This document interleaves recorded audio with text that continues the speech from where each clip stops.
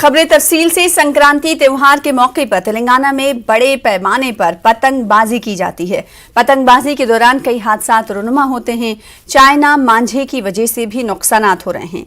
आज पुलिस ने मंगलहाट में कई दुकानों पर छापा मारा और चाइना मांझा फरोख्त करने वालों के खिलाफ कार्रवाई की। समाजी कारकुन उस्मान हाजिरी ने सरपरस्तों से अपील की है कि वो अपने बच्चों को पतंगबाजी से दूर रखें, क्योंकि इसके जरिए बड़े बड़े हादसा रुनुमा हो रहे हैं।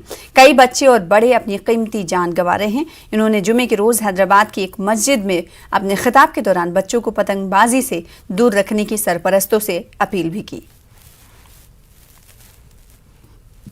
हर साल कई लोग पतंग उड़ाने के दौरान छतों से गिर के कोई टांग तोड़ लेता है, कोई मर जाता है। अल्लाह के रसूल सल्लल्लाहु अलैहि वसल्लम ने फरमाया कि जिस कौम की शबाहत अख्तियार की वो उन्हीं में से होगा। मैं आप तमाम से गुजारिश करता हूँ कि अपने बच्चों पे नजर रखिए, उनको पैसे मत दीजिए पतंग उड़ाने के लिए।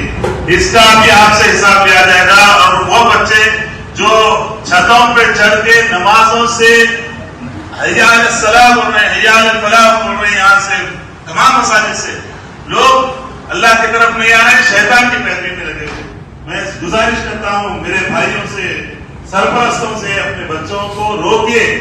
दीन की तरफ राग़िब करेंगे तो वो आपका इंशाअल्लाह ताला आपके उस अमल से अल्लाह राज़ी होगा। अगर बच्चों की हौसला अफजाई करेंगे, नहीं रोकेंगे बुराई से, तो वो बच्चों के साथ हम भी बुराई में मुलविस होंगे।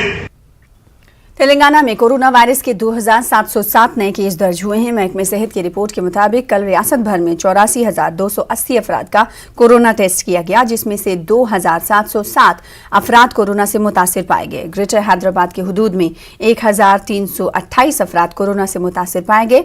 कल रियासत भर में कोरोना से 2 मरीजों की मौत हुई है। मेडचल मलकाजगिरी में 248, जिला रंगारेड्डी में 202 केस दर्ज हुए हैं। रियासत में 20,000 से ज्यादा एक्टिव केस हैं। वहीं तेलंगाना के मुख्तलिफ इलाकों में आइंदा 3 दिनों तक बारिश का इम्कान है। हैदराबाद महकमे मौसमियात की इत्तला के मुताबिक तेलंगाना के मुख्तलिफ मकामात पर बारिश हो सकती है। पिछले 1 हफ्ते से तेलंगाना के मुख्तलिफ इलाकों में हल्की और मूसलाधार बारिश हो रही है। कल भी तेलंगाना के कई मकामात पर बारिश हुई। कल जिला वरंगल के खानापुर मंडल में 87.8 मिलीमीटर बारिश रिकॉर्ड की गई। इसी तरह नलगुंडा, खम्मम, सूर्यपेट, निर्मल, निजामाबाद, नारायणपेट में भी बारिश हुई। मुल्क भर में बीजेपी के खिलाफ लहर चल रही है। उत्तर प्रदेश से इसका आगाज हो गया है। आइंदा होने वाले असेंबली इंतखाबात में बीजेपी को शिकस्त होगी। तेलंगाना कांग्रेस पार्टी के सीनियर लीडर हनुमंत राव ने ये बात कही। उत्तर प्रदेश इलेक्शन में बीजेपी की हवा कम होते जा रहा है। बीजेपी सरकार में हर भाव बढ़ गया, तेल का भाव बढ़ गया, पेट्रोल का भाव, डीजल बढ़ गया। दूसरी तरफ अनएम्प्लॉयमेंट, यूथ अनएम्प्लॉयमेंट हो गया। ऊपर से पब्लिक सेक्टर भी प्राइवेट कर रहे, किसानों को कल तक परेशान करे, नोटबंदी करे, ब्लैक मनी ला तो बोले नहीं लाए। इसी वजह से हर आदमी बेजार है। सबसे ज्यादा उनके पार्टी में कल तक मंत्रियां थे, एमएलए थे, अभी तक 3 मिनिस्टर भी एसपी पार्टी में ज्वाइन हो रहा बोले, तो अब इससे समझ जाओ बीजेपी की आवाज कम होती जा रही। बीजेपी अपने आप को बहुत बड़ा नेता नरेंद्र मोदी समझते थे। नरेंद्र मोदी को आवाम समझ गए, मगर यहाँ तेलंगाना में कह कि हम ही आते सरकार बोल रहे। भैया उत्तर प्रदेश जैसा बीजेपी का गढ़ था, अपने आप को बीजेपी हम सरकार में आते बोले, वहीं बीजेपी के खिलाफ अवाम पलट गई और बीजेपी को शिकस्त देने का काम कर रहे। एक तरफ कांग्रेस, दूसरी तरफ एसपी, दोनों मिलके बराबर बीजेपी को शिकस्त देंगे। अब तो भी नरेंद्र मोदी जी जो वादे करे वो वादे अभी तक नहीं निभाए। हर एक मरते एक नई बात बोलते, बड़े बड़े बातें बोलते। 15 लाख जमा कर तुम बोले, वो नहीं करे।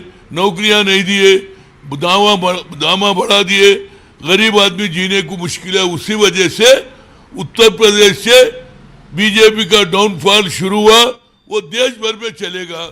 बीजेपी को हटाओ, देश को बचाने का निनादा चल रहा है।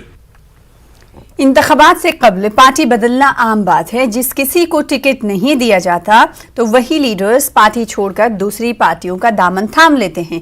इसका मतलब ये नहीं कि उत्तर प्रदेश में भारतीय जनता पार्टी कमजोर हो गई है। बीजेपी लीडर रामचंद्र राव ने कहा कि उत्तर प्रदेश में बीजेपी दोबारा अपनी हुकूमत बनाएगी, वो भी नए चेहरों के साथ।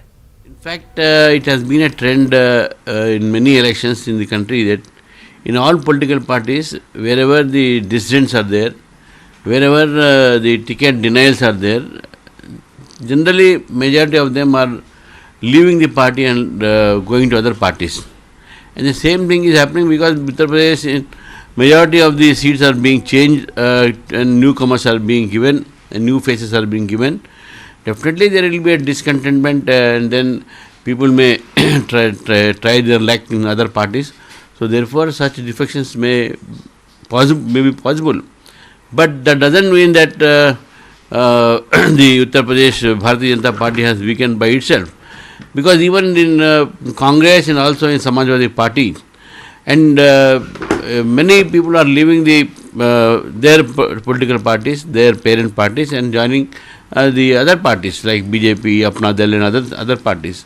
So therefore the trend of changing the party just before elections on the denial of the ticket is but natural in the especially in the Uttar Pradesh politics.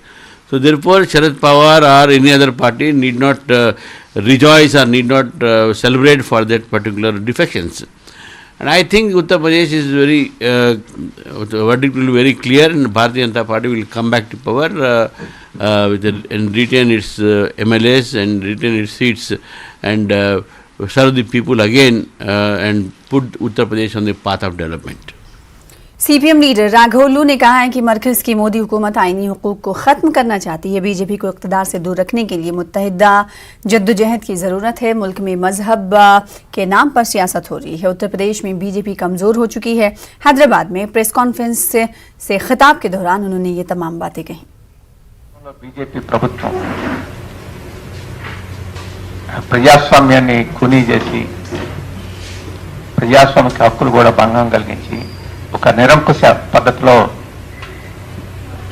రాజ్యాంగ వ్యవస్థను మార్చడం అనేది చాలా కాలం నుంచి జరుగుతుంది. తాజాగా యూపీలో బీజేపీ ప్రభుత్వంలో మంత్రిగా ఉండి రాజీనామా చేసి సమాజ్వాదీ పార్టీలో చేరిన మౌర్య ఆయన మీద फिलहाल इसी के साथ रुकेंगे छोटे से ब्रेक के लिए। ब्रेक के बाद रुख करेंगे आंध्र प्रदेश की अहम खबरों का।